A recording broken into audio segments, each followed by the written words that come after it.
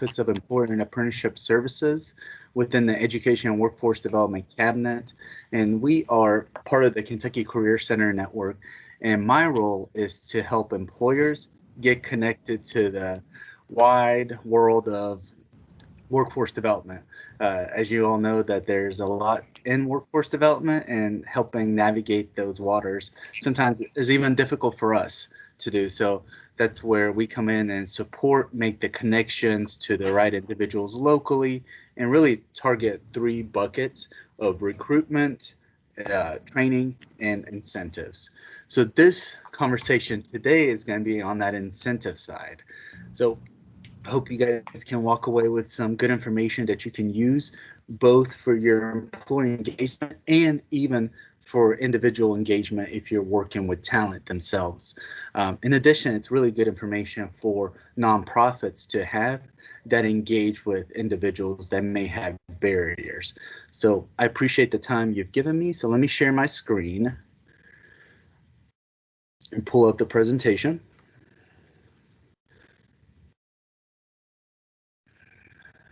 Can you guys see my screen? Yes, perfect. So I'm going to go in the reverse order. You guys have federal bonding and tax credit, but I'm going to go tax credit, then federal bonding. So starting off with the work opportunity tax credit and the Kentucky unemployment tax credit. I will say the work opportunity tax credit is a national program. It's been around a long time, and it's administered by every state in the United States and territories. And so the idea is to provide some incentives for companies to hire individuals with barriers, and at the same time give more opportunity for those individuals with barriers to land jobs. When we say work opportunity tax credit, we sometimes put an acronym on it, and that's not sometimes. We in government put an acronym on everything, and so it's shortened to WOTC, WOTC, and the idea is to lower the amount of federal taxes that a company has to pay when they hire individuals with barriers. And I'll go over which barriers are part of this category. So the tax credit that companies can save range from $1,200 to $9,600 for first-time hires as they bring those individuals on. I'll actually back up a screen just so, because I know you guys are start reading those numbers, but I wanted to bring your attention to that work opportunity tax credit is underutilized in Kentucky. Only 30% of companies use the work opportunity tax credit.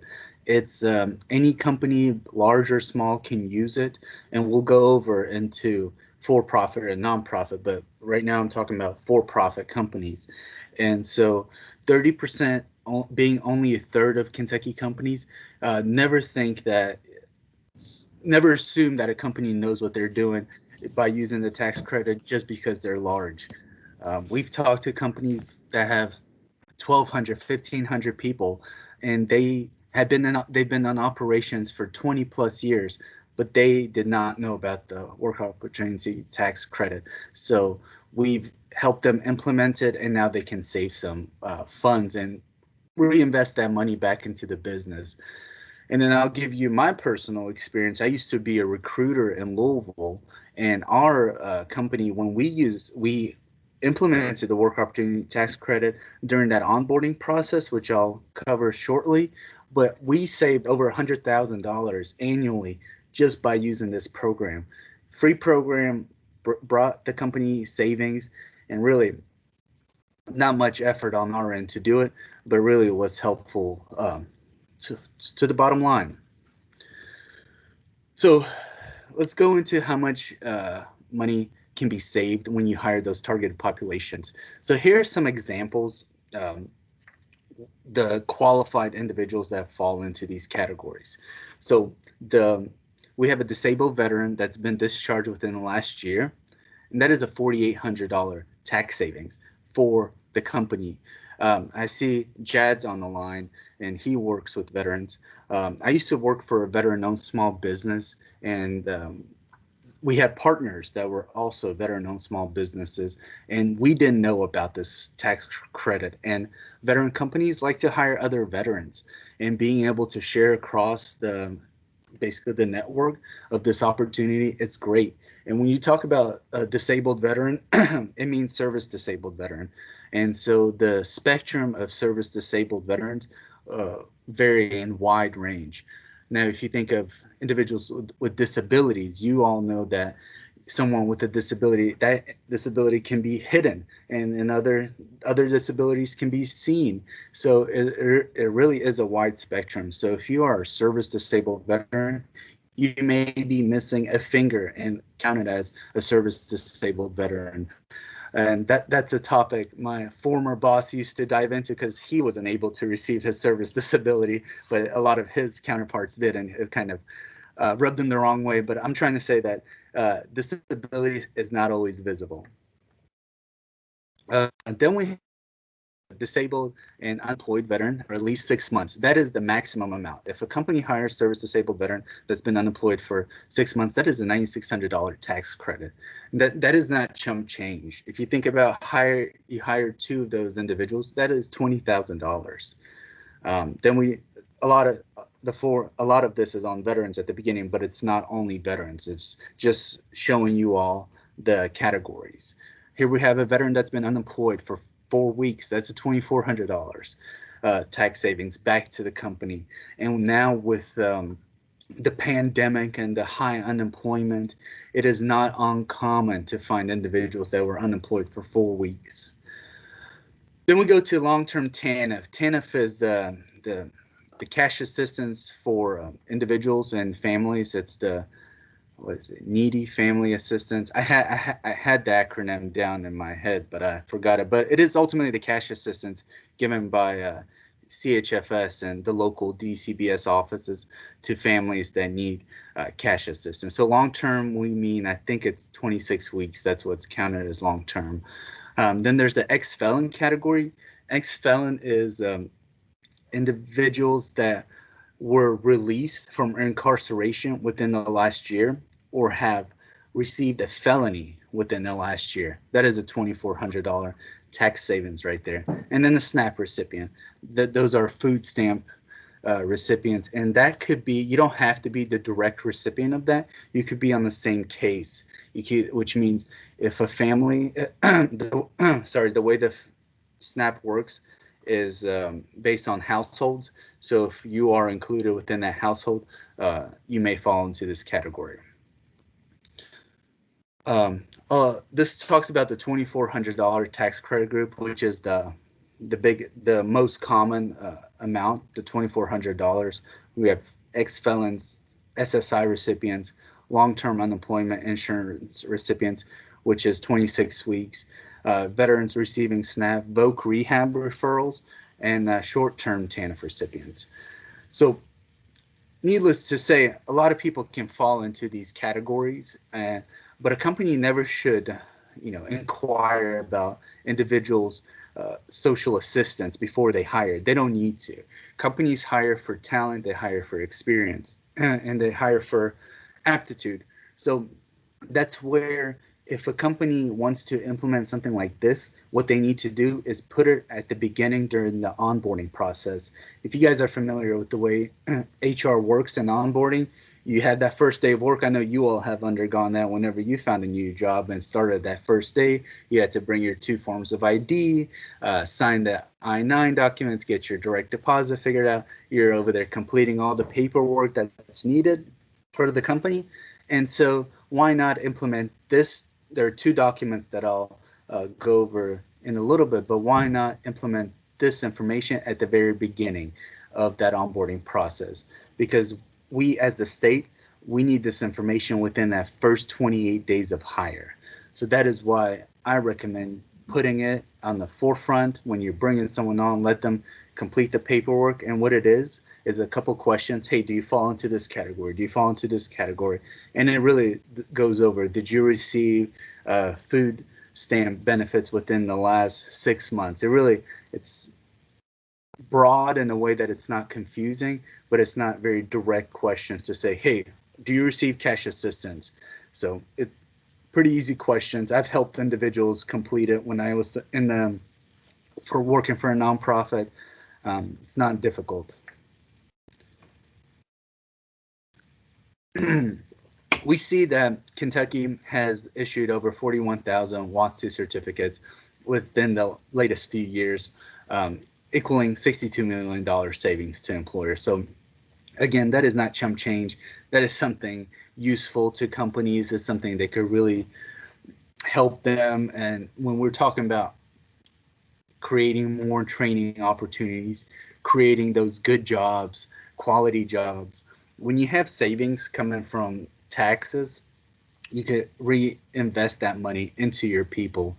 And someone like me that is familiar with HR and knows that HR is a cost center at a lot of companies, HR can make the argument to their leadership team and say, hey, we're not a cost center anymore. We're a cost saving center because we're able to also impact the bottom line through actual dollars, not only by hiring good talent.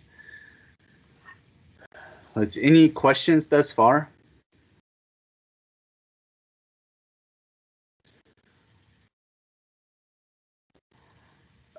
Okay, I'll go on. So how does one apply for the work opportunity tax credit? So easy breezy. So we have two forms. There's one form that the individual fills out on that first day of work, and then there's another form that you as an employer fill out for them and submit to us. This program is actually a partnership between the IRS and the Department of Labor on the federal side, Employment Training Administration, ETA. And so completing these two forms would allow the application to go through. You can snail mail it to our office within that first 28 days of hire, or alternatively, you can log on to wotc.ky.gov, and I'll send you guys this presentation afterwards, and use the online system to submit your documents. About 3/4 of companies in Kentucky use the online system. The other 1/4 will use the regular mail. Whichever way a company prefers to do it, that's all right by us. And I will want to give credit to our tax unit team. There's about a handful of individuals, and they work tirelessly to get these certificates out. Whenever we receive these forms, what they do is they try to the boxes that were checked to say, hey, I'm a SNAP recipient, or I'm a service disabled veteran. They try to find the highest amount that the individual qualifies for. They can never qualify for two groups, but our tax unit team will qualify them for the highest amount back to the company. So, and the really neat thing is they're able to do some of those categories within a 24-hour turnaround time. So specifically those CHFS programs such as TANF, SNAP, they're able to see that pretty fast and really have a quick turnaround rate. And we're probably one of the fastest with the least backlog on this information across the country. So give it up to the tax unit team, because I'm just selling the program. I want to have the companies implement this and use it. I'm not actually the one going through the paperwork. So I really appreciate their support on this. Let me see what my next slide is. So before I move on to my next slide, I do want to say, because if you are not working with companies directly, you may think, well, great, this is for companies. How do I, as someone that works with individuals, help them out? Well, one way is to empower those individuals to know of these programs as they're going in for job interviews and applying for positions. If an individual knows they fall into some of those categories, imagine if they went to an interview and said, hey, company X, my name's Alashir, and I'm applying for this role, and I'm a veteran, or I'm an ex-felon. Well, they may not want to share that right at the beginning, but say I'm a veteran and I was unemployed for 4 weeks. Did you know, as a company, if you hire me, you're able to save $2,400 off your tax credits?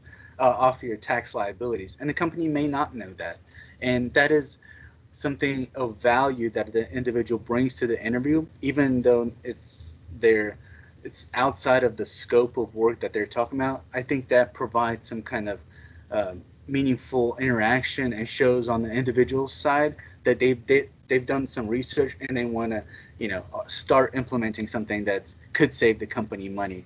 And because only 30% of Kentucky companies are using it, the likelihood is that the company's probably not using it. So I always think empowering the individual, knowing of this program, is powerful, and I wish I knew about it when I used to work with Kentucky Refugee Ministries in Lexington, and so in, if I knew about this opportunity, because a lot of our clients definitely were on social services because they were newly arrived or recently moved to Kentucky and usually receive some kind of assistance, knowing that they qualify for this. A lot of small businesses we interacted with that really didn't engage with programs with the state, that would have been helpful. It would have made my job even more. It could have taken to the next level in helping those individuals attain job opportunities. So, any questions? Okay. I did say that I was going to mention about nonprofits. So if a nonprofit hires someone, the only category that they're able to receive tax credits back is the qualified veteran, and that goes off I think the SS, no, the Social Security taxes that nonprofit pays for the individual. They're able to recoup that money through the qualified veteran category.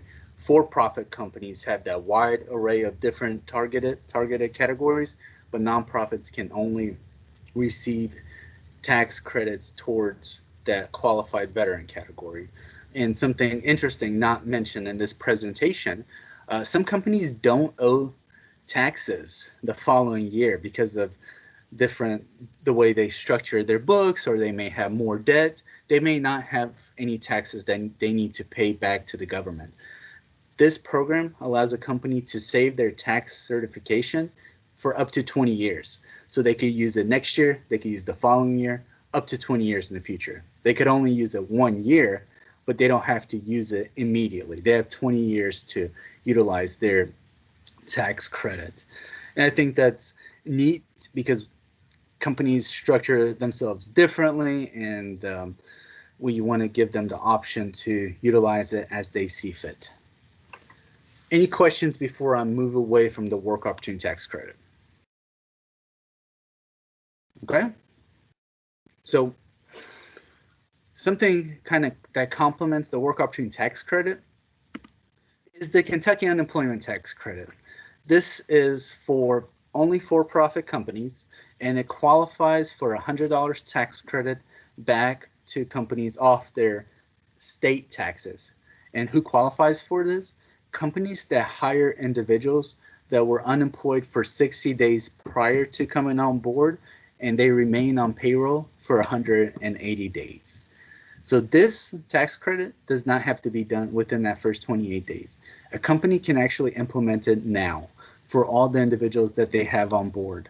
There is a paperwork that you need to complete and send it over to us by mail. There's not an online version, but this allows companies to also save a little off their state income taxes. And again, going back to the pandemic, a lot of people unemployed, a lot of people in that could fit that unemployed for 60 days or more, and probably they may have already been 100 days on the payroll, or they may be coming up to those 180 days on payroll. So a quick and easy way for a company to save some tax money. How do you apply? You go to kcc.ky.gov. That is just the general Kentucky Career Center website, and the Kentucky Unemployment Tax Credit is located there. When we're in the process of creating a new website, I don't know when it'll go into launch, but once it does, I'll be sure to share all this information. It will be handy on the website and available for you all to digest. Hey, Alice here. Yeah. Is it that the customer needs to be unemployed for 60 days or on employment? when we say unemployed, that means unemployment, because that's how our team checks. There's no way we would know if they're unemployed if they're not on unemployment. And like if somebody applied for unemployment and they got that letter that they were accepted, but then their account became under investigation, does that still count, or does it have to be like in good standing? You can definitely try, but they have to receive unemployment. So any of us can go apply for unemployment insurance today, but we're employed and we will be under investigation. So the way the tax unit uses, they are able to access the system and see those benefits going out. So they have to be receiving unemployment benefits.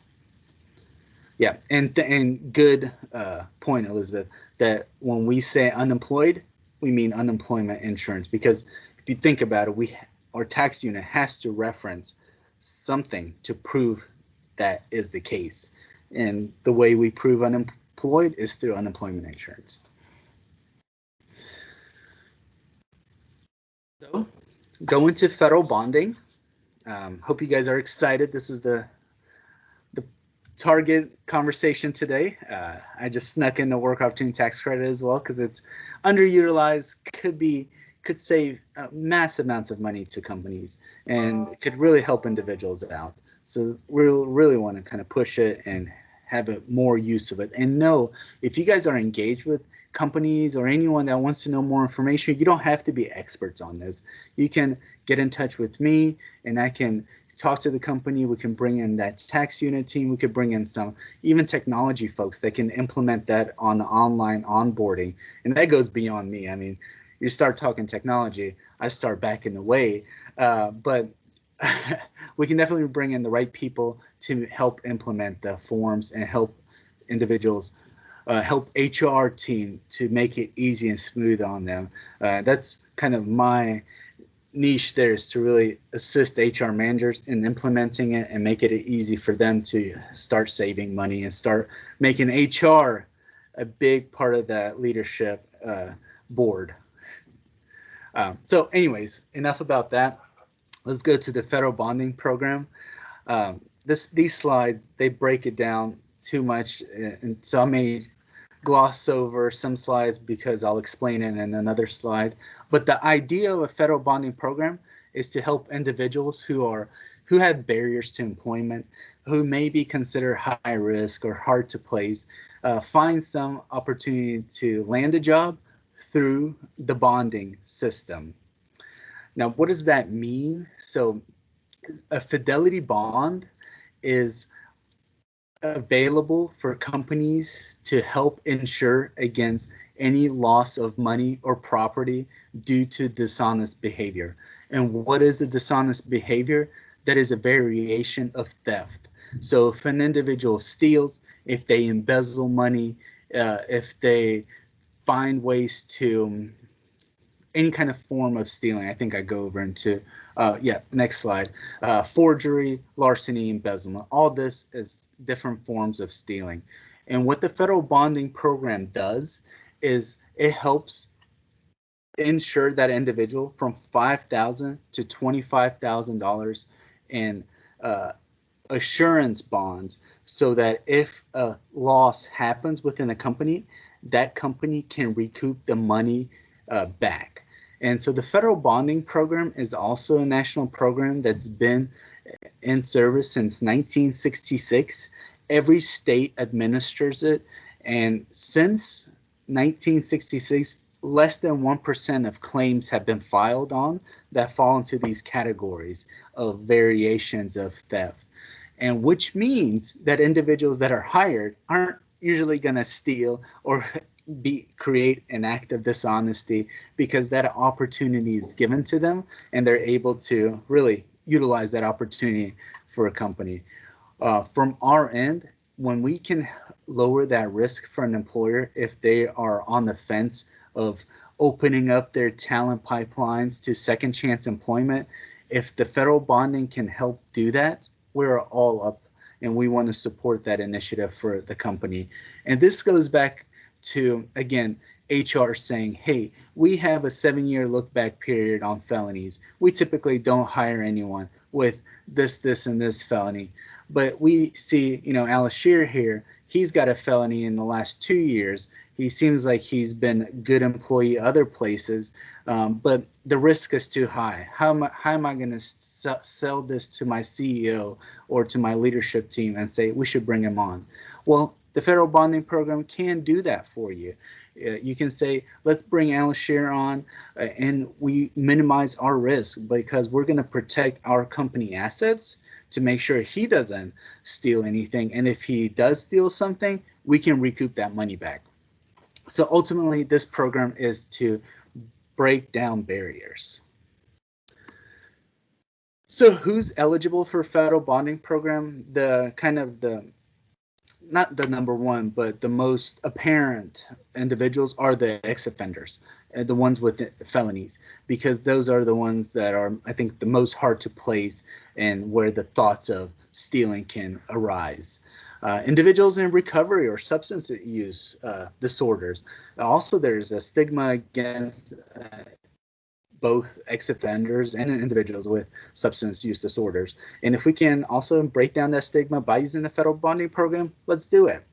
Same goes with public assistance recipients such as TANF, SNAP, individuals with poor credit, those that have been dishonorably discharged from the military, disadvantaged people that don't have a good work history, or anyone who is already employed, but it can avoid termination. What that it means is, for example, you are employed at a company and you may have been caught doing some kind of act of dishonesty that is preventing you from getting a promotion.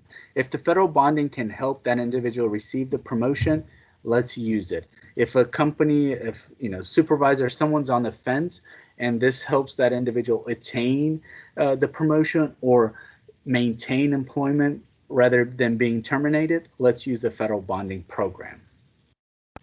Any questions before I dive deeper? Okay. So to know who is eligible is also know what is not covered. Remember, I was trying to highlight the idea of stealing as the category because most everything else is not. So if you're just a poor worker and you're messy and you break equipment as you're working, that's not covered under the federal bonding program. Bail bonds, court bonds, anything dealing with courts is not covered. Self-employment's not covered. You can't pay salary with the federal bonding. Injuries, bail, none of that. Just the only thing that is covered is that dishonest behavior, which is practically stealing. And I'll give you an example. So the bonds that have been kind of filed upon last year, we were talking to our national federal bonding person, and I inquired, I was like, well, what kind of bonds have actually a claim been filed on? And there were only 4 last year across the nation. And one was at a Subway. So an individual working at a Subway, they stole some cash. So that Subway was able to recoup the lost cash through the federal bonding program. There was also a laptop stolen at another company. So you were able to recoup that cost. Another company, they were house cleaning service, and some things went missing from a house. And through the federal bonding program, that was able to be paid upon. So as you see, a lot of it is on the theft aspect of it. Who is not eligible for the program? It's really any individual that's defaulted on this program. We can double check, but no one's defaulted on this program in Kentucky. So pretty much everyone's eligible for this.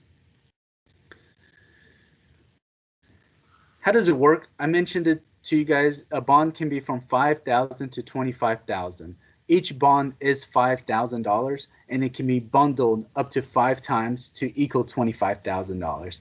Now, how do we determine if an individual should be bonded for $5,000, $10,000, $15,000, $20,000, or $25,000? Well, that really depends on the nature of the work. we have a company in Eastern Kentucky that is an avid user of the federal bonding program. And what they do, they're actually a car lot. They're a car sales company. And they hire a lot of ex-felons to provide detailing and just work around their facilities. And a lot of keys are given to these individuals to move cars around, to clean them. And they felt like it was a good use of the federal bonding program to be second chance employers, not necessarily think that someone, because they're an ex-felon, is going to drive away with the car. As we can see statistically, they're not going to drive away with a car. But because they wanted to hire these individuals and they wanted to make the pitch to their leadership, they said, let's use a federal bonding program. And so they're bonding their people $25,000 per new hire. And because cars range in prices, and they want to make sure they're the more higher end cars are protected. And that's how they do it. And remember, this bond is no cost to the individual, no cost to the company, no cost to anyone, no deductible.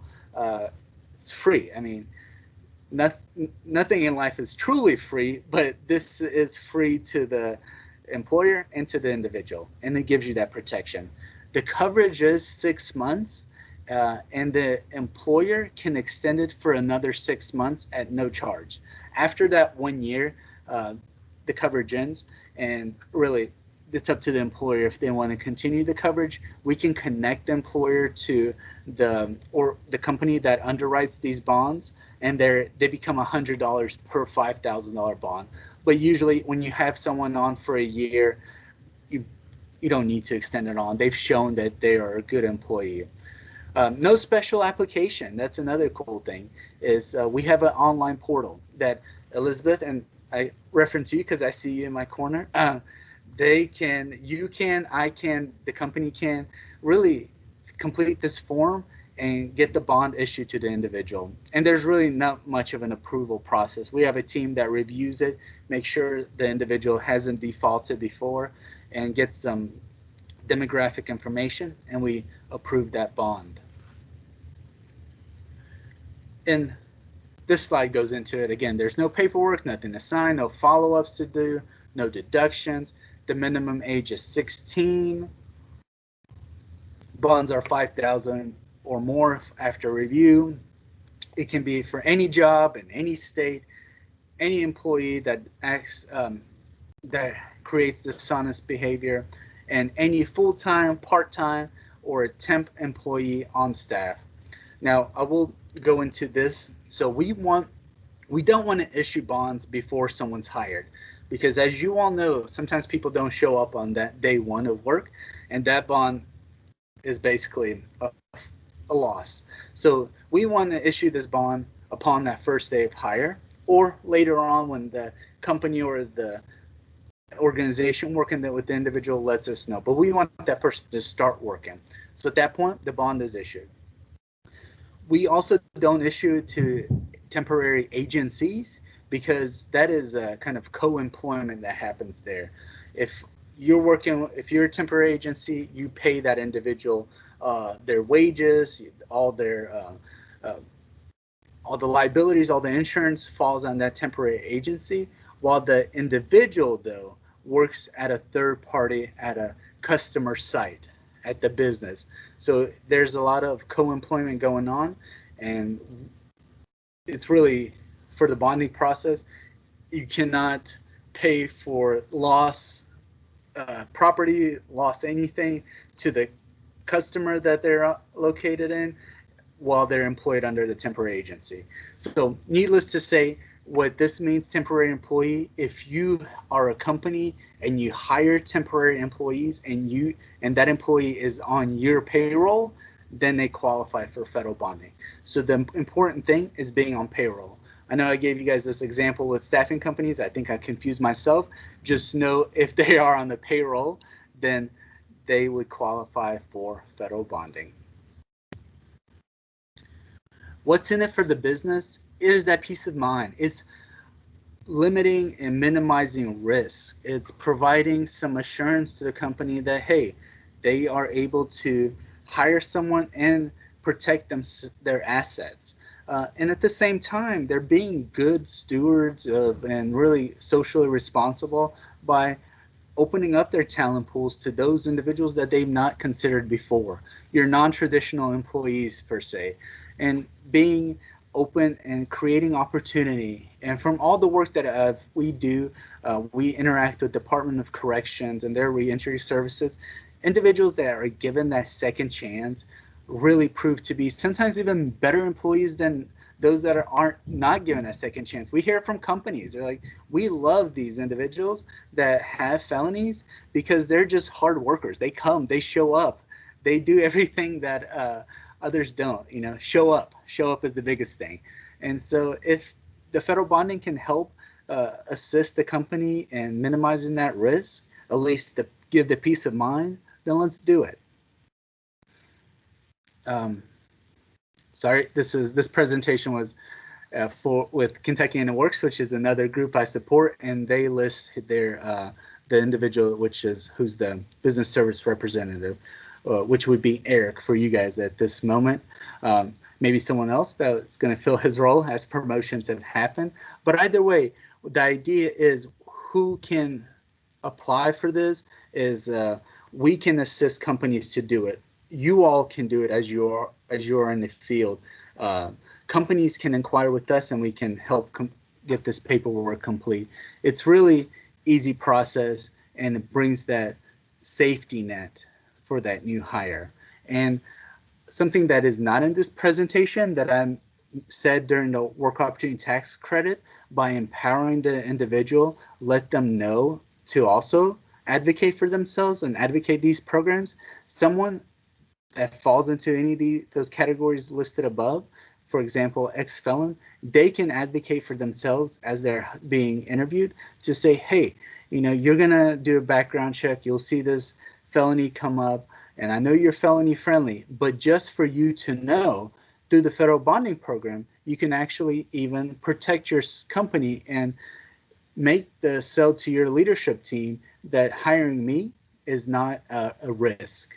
And we even have a pre-approval letter that is not referenced in this presentation that the individual can come to an interview with to say, hey, my name is Alice Shear, and I've been pre-approved for a federal bond.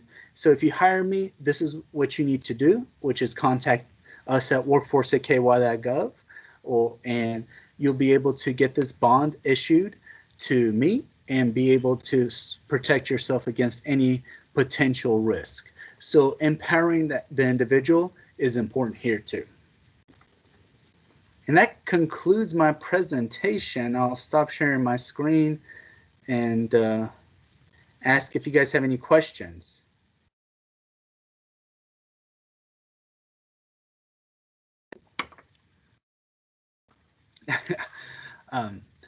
So at the end of the day, these two programs kind of go hand in hand. They help individuals with barriers access employment by lowering the risk and providing some tax credits back to the company by hiring the individuals. It is extra tool to break down those barriers and an incentive for companies to think outside the box. Think outside of just posting on Indeed and having their 7-year felony look back period and not reviewing those policies, when in all realities, they probably should update them to meet the current days. Susanna? Yeah, I do have a question. Go ahead. Is a person limited to a certain number of bonds that they can have? Like if they're hired at a job in January and they are released in June, can they get another bond to start another job in July? They could, as long as they didn't default on that bond, that they didn't leave a company because of that dishonest behavior. And if we see a name pop up twice that they were employed at 2 different locations, we probably would have a question maybe towards you if you're working with them to see what happened. But at the end of the day, they would be eligible. Excellent. Thank you. That's really great to know, because my understanding is that they can only receive one. The last time I was speaking with Michelle on that topic. It's really up to our review to see if, but if it gives them, if they didn't default on their last bond, and maybe if they left employment, their previous employment in a bad condition, maybe they wouldn't be eligible for another one. But if it's, if they were laid off because of the pandemic, and we can help create another opportunity for them, we would be more open to doing it. And plus, right now, we really want to integrate the federal bonding into use. So I think being more loose is probably the better way to go. And you could, if Michelle questions that, you could say, I'll let you know that, and I'll answer to her.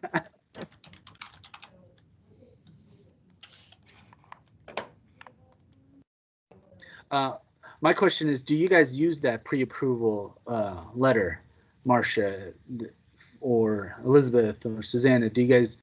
Have you guys seen that pre-conditional approval? So I have seen it and I have used it twice. Those were not successful, but we at least attempted.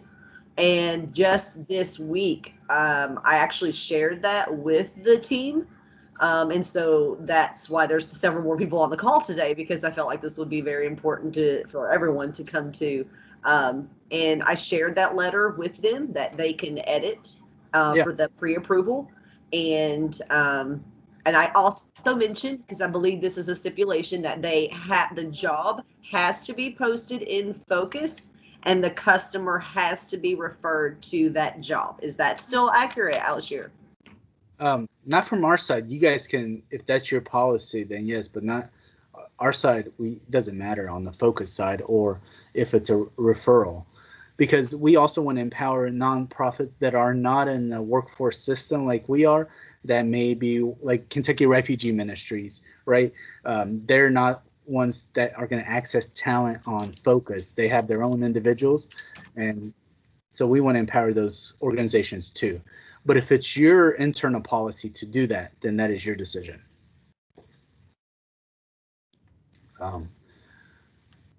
And I will say, if you guys want to, we have another nonprofit that's not within the workforce system. They've put their logo on that preconditional letter of approval. They have the Kentucky Career Center logo, then they have their logo to follow. And if the wording, you want to change it up a little, change it, let us know, and we'll give it a thumbs up or thumbs down if you want it to be more convenient, more applicable to Northern Kentucky.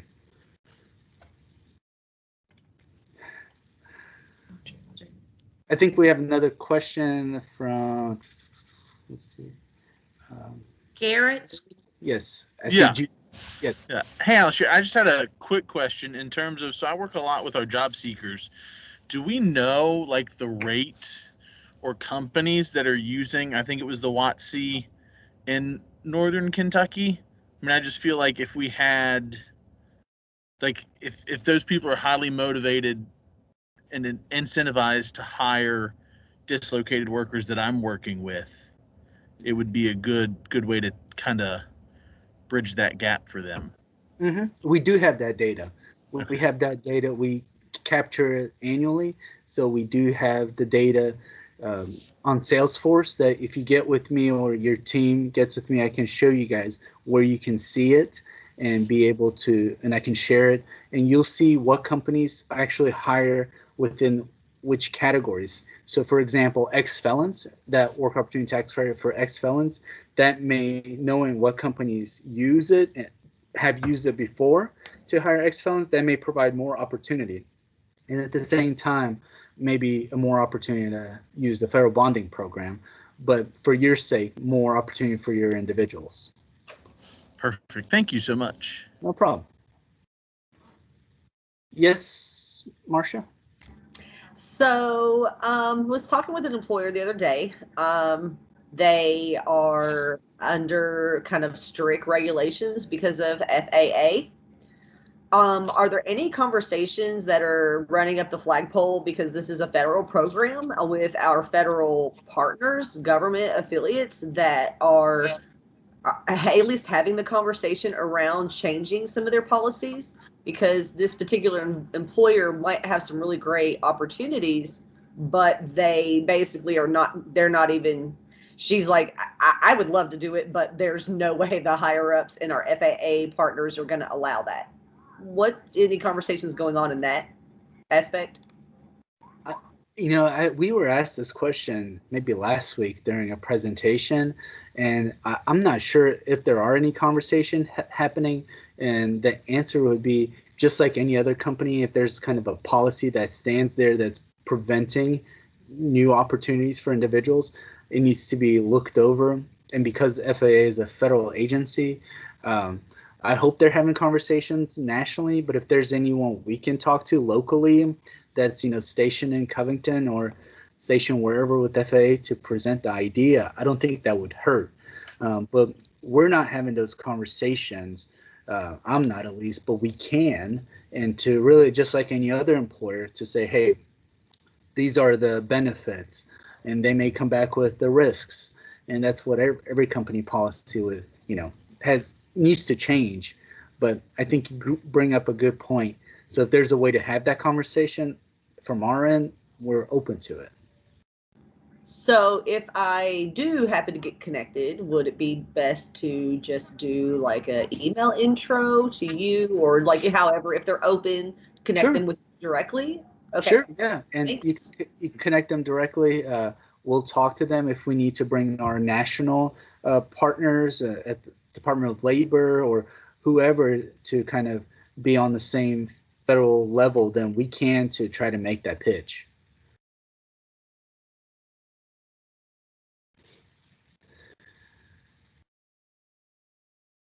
Garrett, did you have another question, or is your hand still up from the last one?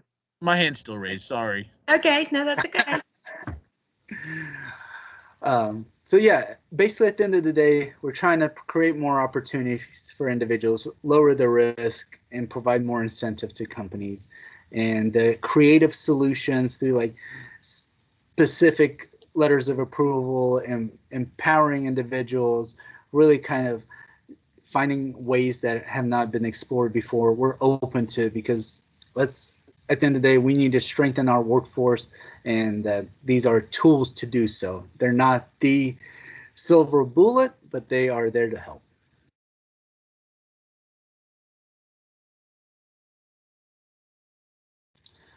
Well, if there are no other questions, let me look at chat. I saw some emails being shared. Is there something I need to do? Let's see. You don't. If you'll just send the PowerPoint, and anyone who put their email there, I will either email the PowerPoint out to you, or we will post it as well as the recording of today's meeting so that you can listen to it again if you want to. Alisher, once again, we really appreciate your guidance on this. And for everyone else, go forth and use your tools. Thanks, everybody. Thank you all. Bye.